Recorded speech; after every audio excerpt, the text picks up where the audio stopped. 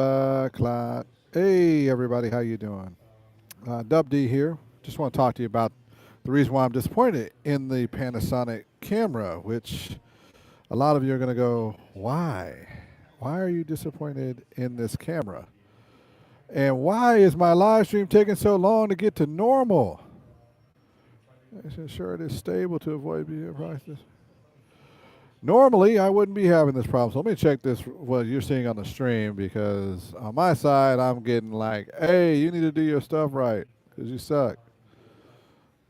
Oh, yeah, hold on a second. Let me mute this.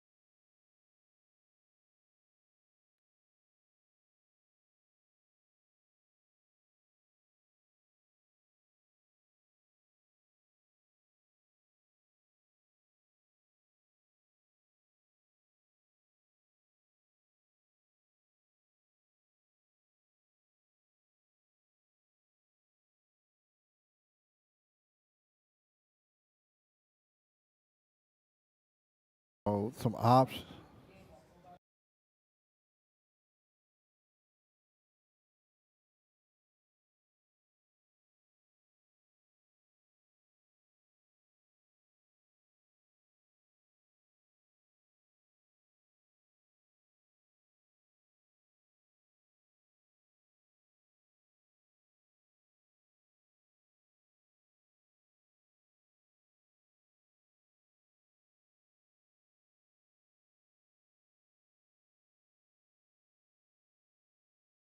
Just so y'all know, my live streams were important to me, but they're not that important to me. My wife called me, and I had to jump onto the phone and take care of that first. I'm out having a good time tonight. I want to talk to you about why I'm disappointed in the Panasonic camera in the open gate only.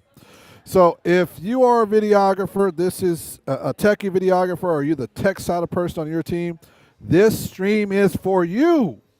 And if you are not a techie person and you're looking for flashy cameras and all that other stuff, this stream is not for you. I am talking real data, real reasons as to the real whys I'm disappointed in Panasonic's OpenGate. And it's not for reasons you would think of. I love OpenGate for certain things. I love it for when you're doing big projects, but I don't love the hype on this Panasonic because there's no spec difference between the, was it the S51X, the 552X, and the S1ii. There's no difference in what you're doing in OpenGate and what you can get for your best possible OpenGate. So let me get into this real quick. So the specs on this is kind of important. So if you look on the screen, you'll see the specs up there. And what I'm really getting into is aspect ratios. So if you're looking at OpenGate 3.2, it's only available in a long GOP, by the way. And for those who aren't hip on what that really means, is it's not true frame for frame. And it's only available in 420 chroma set, which really means you're losing about half the colors as if you had a 422. A little bit more than half the colors, but let's just say it's half the colors. It's easier to say that. If you're in a 2.41 ratio, 2.4 to 1 ratio, you're still in long GOP only. This is one of the reasons why I am not really happy about this. I was assuming it would be better, but it's not. And it's not an all intra. Now, if you follow this all the way down, the 4.6K, all this, you're all in these long GOPs for the 4x3, the 3x2 ratios. What that really means is you're not getting the most out of the camera's information that's coming in to what's going out. So your colors are not the most colors you can get, and your data is not the most data you can get, and it's not a true frame for frame shot. That sucks, because I took the time to look into this. So this is an HEVC highly compressed long GOP version. It has an LPCM audio, which isn't bad. I use LPCM audio all the time. I also use ACC audio all the time. So either one's going to be great. So you're not going to lose out there. But it being long GOP means you're not getting true frame for frame piece. Now, I know that sounds a little bit on the techie side. Go with me. That's fine if you're not watching this on this, because the tech on this is very important. If you are looking to get the most out of the Panasonic's log video, you're not going to want to shoot in 6K. What you're going to want to do, and this is just data set and facts, so you got 300 megabits per second here, which translates into 37 megabytes per second, or about 2.5 gigs per minute. That's pretty good data, but if you're really looking for the most out of the 3:2 ratio or the 4:3 ratio, we got to go all the way down here to the 3K. Where are you at? Where am I 3K at? 3K, 3.3K video. When you get to the 3.3K video, this is where the S5 2X and this have exactly the same data, and this is hugely important to understand too. In the 120 frames per second, you are not getting all intra. You have to drop to 60 frames per second to get your all intra. And there's two flavors of it. There's a 600 megabyte one, which is 100 megabytes per second. Megabit one is 100 megabytes per second, which is roughly 6 gigabytes for every minute that you're recording. Or you can go with the 600 megabyte version, which is the same as what Sony has, and that's going to be, let's do the math here real quick, 75 times 60, 4.5 gigs per minute of video footage. It's going to be an H.264, not the H.265 flavor, and it's going to have the LPCM audio, which is still going to be great. I've used both audios. This is the only true, when I say true, this is the only true open gate that they got. And when I say true open gate is you get true 60 frames per second. Technically, it's 59.94 frames. So basically, for every 1,000 frames that you actually, for every 1,000 frames or whatever, you have a drop frame every, what is it? I think it's every 10 minutes or something like that. But long story short, this is the only real open gate. And it's kind of disappointing because all the hype on it, because I really am a tech guy. Like, I jump in and I help our team have the best tools possible for this.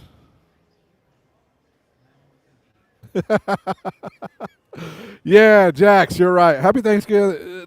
Happy Thursday, brother. Appreciate you, Daniel. Sports highlights. And Jax, is it Quist?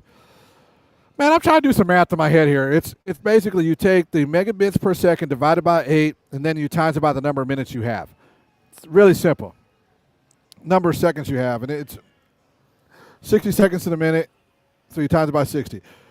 I'll put the equation here just so you know. You take the number, so you got 600 divided by 8, and you times it by the number of seconds, and that's going to be your answer for megabytes per minute.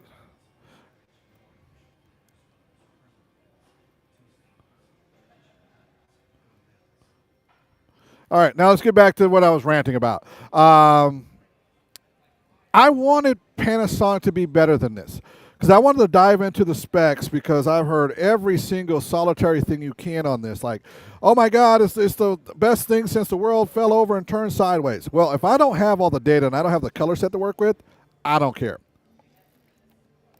So at 3.3K, at almost $3,000 for this camera in full frame, I can get the same spec, exact same spec, and you can look this up on Panasonic's website, from the S5 Mark II X or Mark II non-X version at 3.3K. It is exactly the same specs.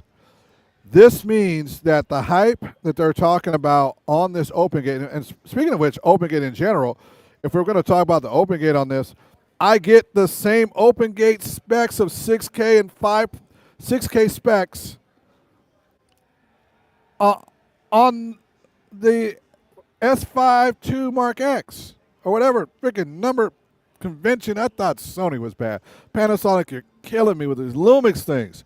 But really, this is the area where it's important, because if you look at all the rest of these, you got the 4x3. Once again, this is a long GOP. So the 4x3 versus the other 4x3, the 4.8K, this one is a long GOP. So it's a high efficiency codecs, which is not an all-I. You are not getting the advantage of what a RAW would do, or even if you were doing an all-intra, a light RAW of a Blackmagic or anything else, you're not getting the benefits of having true frame for frame. Now, what you will find in frame for frame is you will actually see real artifacts, real noise, real this, that the long GOP basically takes one frame and kind of readjusts it multiple times, as in what's missing, or whether things should be missing and changed and what's the same, and then you get that about 8 times a second. Whereas when you're looking at this is actual true frames per second. So it's really a 60 frames per second, 29.9, and so on and so forth. One thing that kind of gets me disappointed too is there's a ton of long GOP in here. So you're going to see a ton of people turning in materials with a long GOP. You're going to see a lot of editors who are going to get really, really, really frustrated, because it's just not, it's not long GOP. It's not all I, it's long GOP. And I think it's just a waste. Now, I have to say the 3.3 being an all-I is beautiful. I think it's the greatest thing they've done. But Panasonic, what are you doing here, buddy? This is all spec sheet-wise long GOP. And I'm not happy with this. I'm looking for a solution that would allow me to leave Sony at times, because Sony can be annoying as hell. If you're a Sony user, and I do mean this, I say this with utmost respect. If you're a Sony user, we all have looked for a not kidding. We have all looked at ways of how could we get out of Sony? How could we possibly leave Sony to go to Panasonic? And the problem with that is you really, really can't leave Sony to go to Panasonic. No OpenGate. Annoying as hell. But a true all intra footage, super important. I mean, when you're looking at all intra and you're looking at a long GOP footage here, why? Why Panasonic?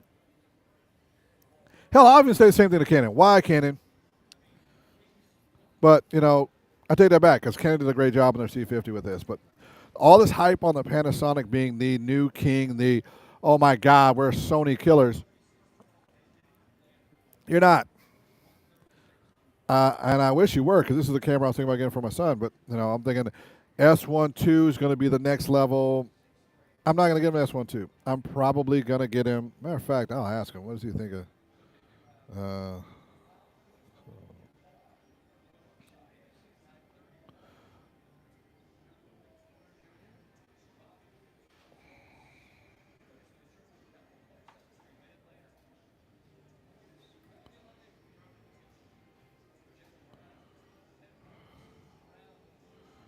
right.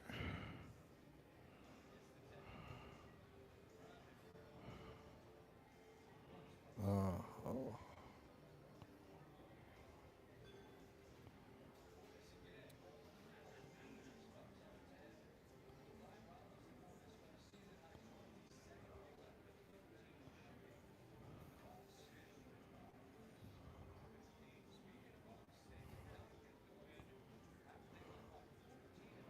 Yeah, I'm doing my own thing, man. This is a live stream.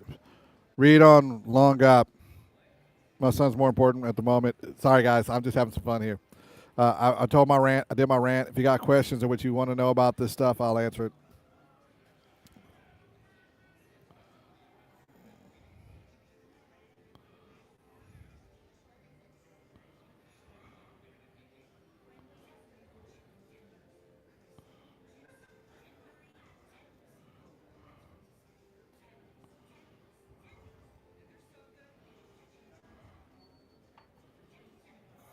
X30.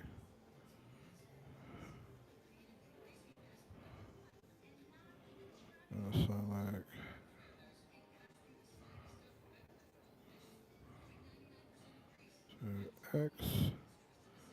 X3.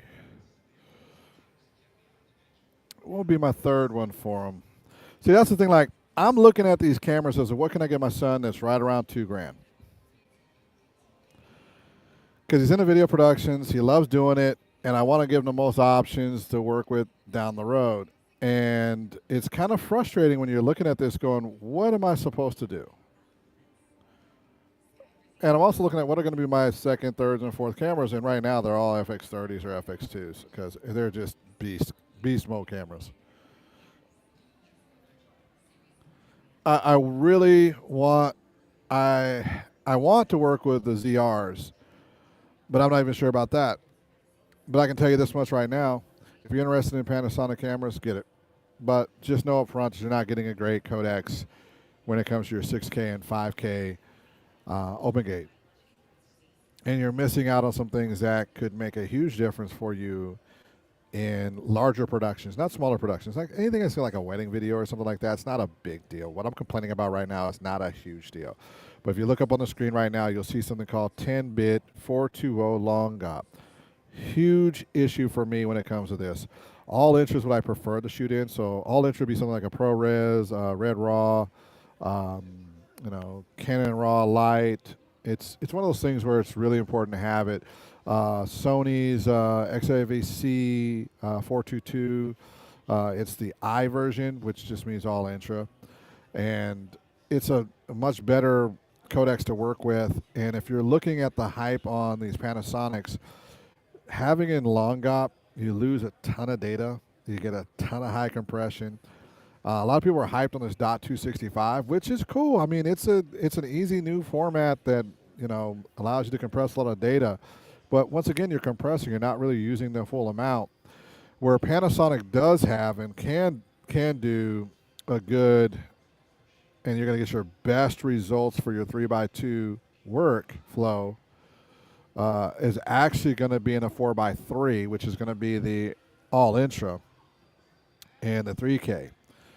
Now, there are some disadvantages of this being in a 3K is your delivery format's going to kind of suck because you're not going to get a true 1080p vertical. And that's what people aren't really talking about because you're just not going to have enough horizontal space. It'll be close. I mean, I think you're really, really like right on the dot of it. If you're taking a third of that out of there, you should be good. But if you had to come in a little bit more, you're going to be a little under that 1080p. And if you're actually hitting, the HD's 19.9 or true 2K, you really are going to be around 800 ratio, which would suck, in my opinion, if you were trying to turn this into the format you want. And it's annoying because there's so much hype around this. And I want this to succeed. Every new innovation that comes through these cameras is really important for me because I do this for a living. I love every bit of this. These products are great. Now, I rant and act crazy at times just because it's fun to me. But in the end, I want this to be better. Now, could Panasonic open this up to up here at the 6K to an all intra? I don't know that they have the ability to stop the heat monster when you're at that level. When you're got the full sensor readout and it's doing all intra, there's just so much data running through that sensor to the processor, then to the memory card. And I just don't think they have the heat solution for that. And I'm kind of seeing that when they're only doing 200 megabits per second. That's really telling you SD card level. And what I mean by that is, I believe, let me do this math real quick. Yeah, this is a V30 card could actually run this, which is just insane. A V30 card, that I don't even know what to think on that one. And you'd have to do a V60 card for the 6K 2.4. But that's a nothing SD card. I mean, I'm running the 200 megabits per second guaranteed, or 200 megabyte per second guaranteed cards in my camera now instead of 60 megabytes. And I'm seeing the heat, even with the fan on, and Panasonic's fan system just isn't there. And it's kind of scary to me because it will overheat. And I don't think this is the test I want to see. What I want to see, you know what, I'm going to ask Vu if he'll do this test. But the test I really, really want to see is the test of the 3.3K running for an hour. I think I'm going to have to rent this camera and run it for an hour and just see what happens. Because I have a distinct feeling it's going to burn to the ground. And that would suck because if the 3.3K and all intra burns this camera to the ground, then their 3.2 aspect, which people are going to find out in the long run when they buy this camera and then sell it off once they realize they can't do an all intra, that is, or they're going to lose their 422 codecs, which is super important. I do a lot of video, even in the .264 at the 422, and that color subset makes a huge difference in a 10-bit. And let me find out what that really hits you at. 10-bit 420.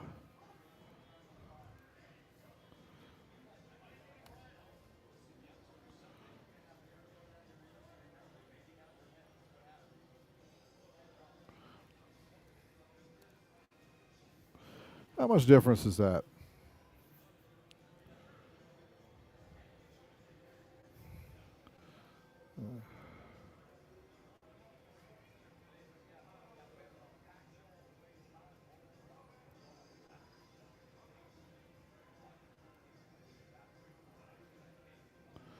How many colors difference? I'm looking this stuff up, so sometimes I get myself into something.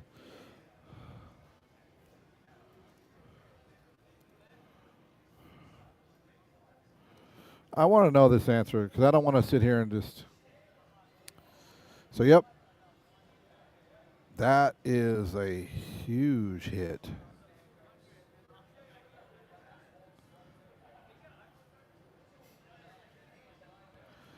Ouch. Ooh. Whoa. So everybody ain't going to like this because this is all exponentials. I keep forgetting this isn't just a little bit. It's actually like exponentials. My bad. So this hurts even worse than I thought. So you're looking at a quarter of the colors that you could possibly have just by going to this subset. So damn annoying. So damn annoying. Because I only shoot in 422. 10-bit or 8-bit. But that's the only thing I shoot in. And I can't shoot less than that because the color subsets is a huge difference. And I've seen it with all of my Sony footage. Since I've had 10-bit with the A7 IV and with the FX30, I'm never going back. I'm sorry. Y'all can stick with what you want. If you're willing to give up 75% of your color, I'm good with that. But I'm not. So I got to tell you, if you are open to giving up 75% of your color with going with this Panasonic camera, I'm good with that. So I'm going to bring the camera's image up just so y'all can see it. And then I'm just going to open the floor up, and I'm just going to talk some trash because I love talking trash sometimes when I'm looking at something that's just All that in a bag of chips. All right, so what are we going to look at here? We're going to stop sharing that.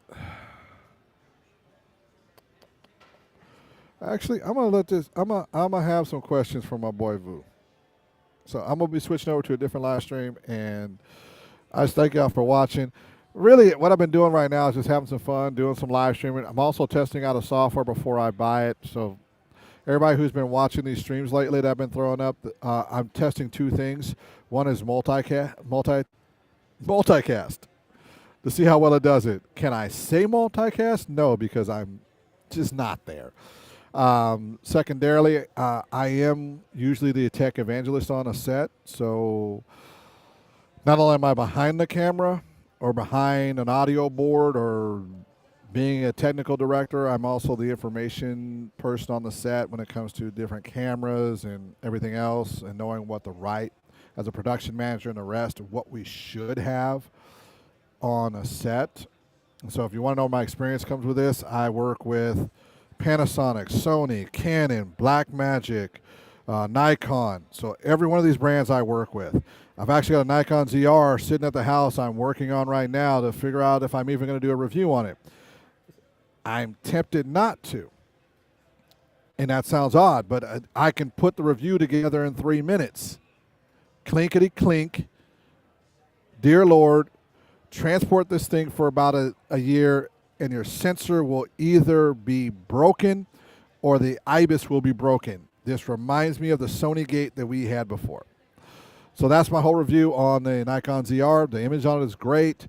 I might grab a couple of them for our production studio stuff, because being able to shoot in red and just pull a card out and go is great. Though the USB-C and transferring data from that unit sucks, so I have to actually pull the card out, which is one thing I'm not liking either. 100 megabits out of the camera, that sucks. The other piece is, I'm going to call this stream good. I was just having some fun with it. Thank you for watching. Everyone who has, this is great. This has also been an experiment of the EVMux, and I will be talking about EVMux in my next stream. So I'll be popping one up here in about 5 to 10 minutes. I'm just having fun streaming tonight. I'm testing out how many streams I can do, how good the quality it is, all the rest of that. I got to tell you a couple of cool things about this particular software, and go forward. Got to go. Bye-bye.